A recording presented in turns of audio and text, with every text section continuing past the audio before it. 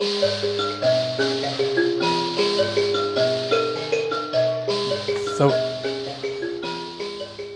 we came to this cabinet and then we summoned as a group with Multaka. We saw the word mellophone. So as I was walking past and I said, no, I know this object. What is a mellophone? I mean, maybe it's a Latin word to define different music, with instruments that play that kind of, sound.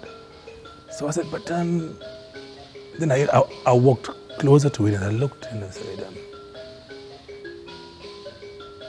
one, it's being defined from a country called Rhodesia.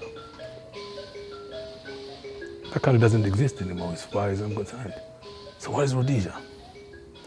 And then even the very same people that I was with as well, when I asked them, what is this instrument? They said, it's a thumb piano. What is a thumb piano? This instrument is called mbira. It's called mbira. That's from where we come from. Mbira is the instrument from a country called Zimbabwe, not Rhodesia.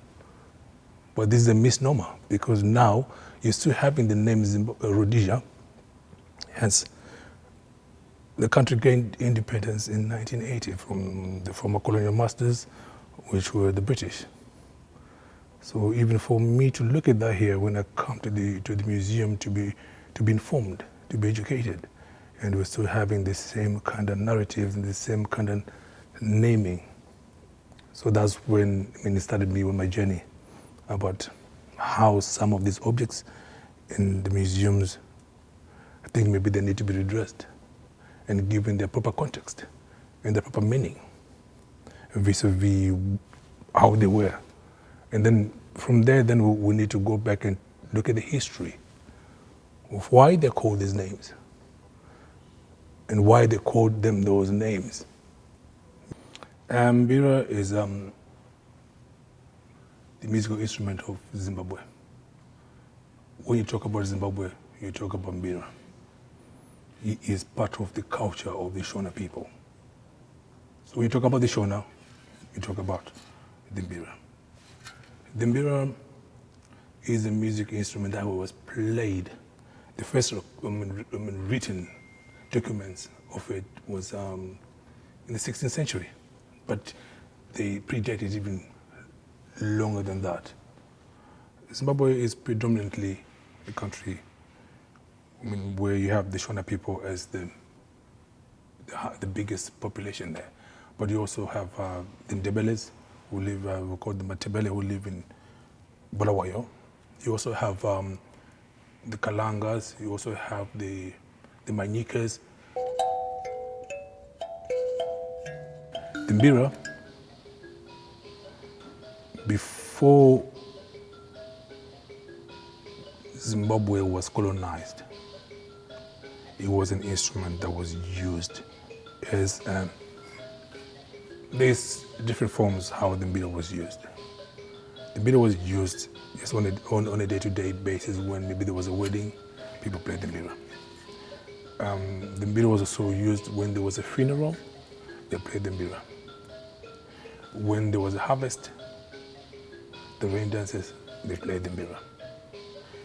And it also played a very important part when it comes to the spiritual aspect of the Shona people or the Zimbabwean people.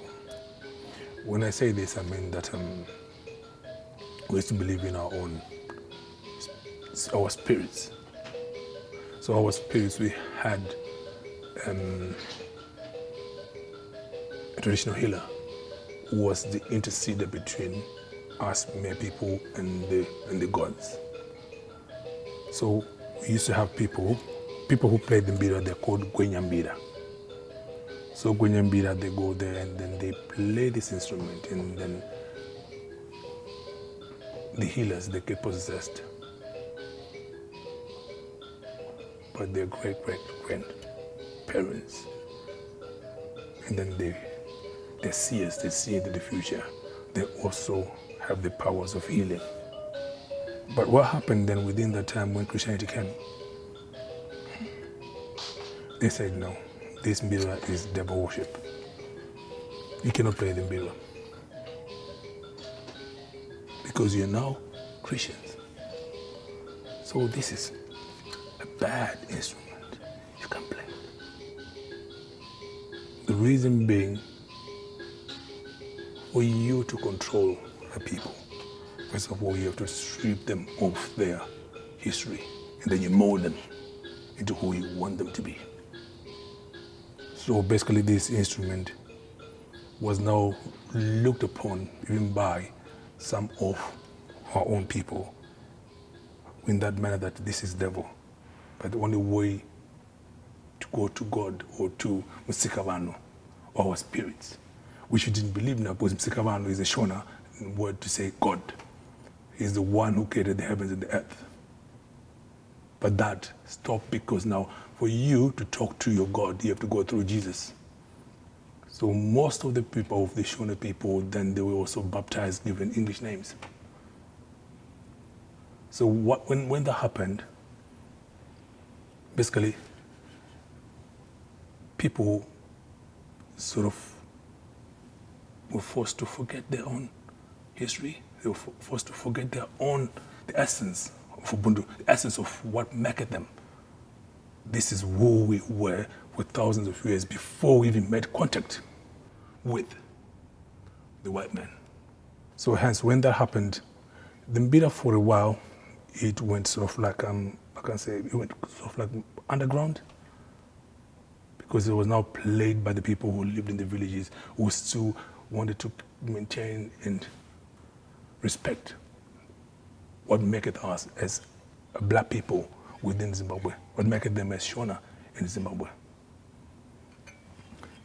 Then after a while, we had the War of Liberation in Zimbabwe, when people were trying to fight, or actually we fought, or they fought to get back their land. They also fought to be treated as equal in their own country. So when they took to war, they were called guerrillas. Within them being guerrillas, mbira took a resurgence. So now it was this instrument, this little instrument, that became one of the rallying points as well, was people were playing the mbira to say, we want to connect with our ancestors. Our ancestors, this is our land. We need our land. And when you play this, they used to play the mbiras the whole night, and then they were connecting people who were getting into a trance, and they were getting the source of power to say, we're going to fight it, we're going to get our land back.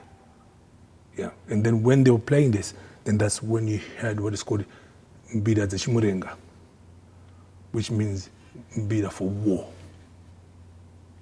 So it was played as mbira zeshimurenga for war. And it was not really, it was frowned upon by the former colonial masters. Because this gave us pride. This reminded us of who we were. We were proud people. We had our own history. We had our own life before this has been put upon us.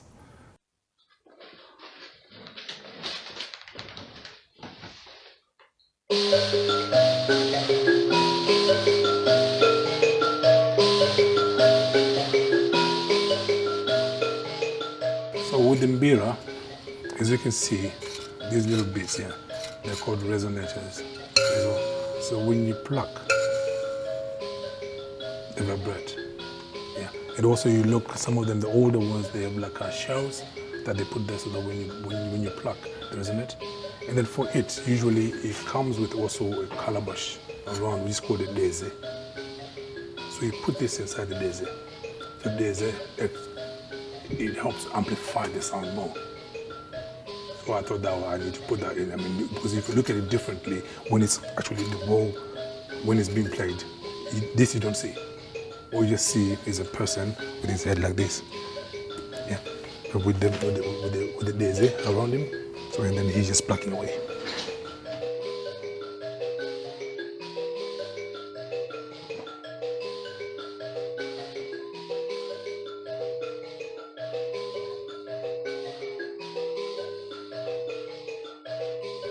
So even when somebody asks me like, how would you feel when you see the mbira in a cabinet like this? It's beautiful to share history. But it needs to be given that reverence, it needs to be given that respect that it deserves. Because it's not just a small thing that you just chuck in there. This has got a story to tell. It's a story for the people. It's my story. His story, her story. The story is still untold, but a story that needs to be told. So hence, when we have it in the museum, it needs to be spoken so people understand. So when they walk away, they can also become storytellers themselves. They'll bring their own families and say, this is a country called Zimbabwe. And this is the history before and the history after. And the story that's now what mbira is and what it represents for the Shona people, the Zimbabwean people.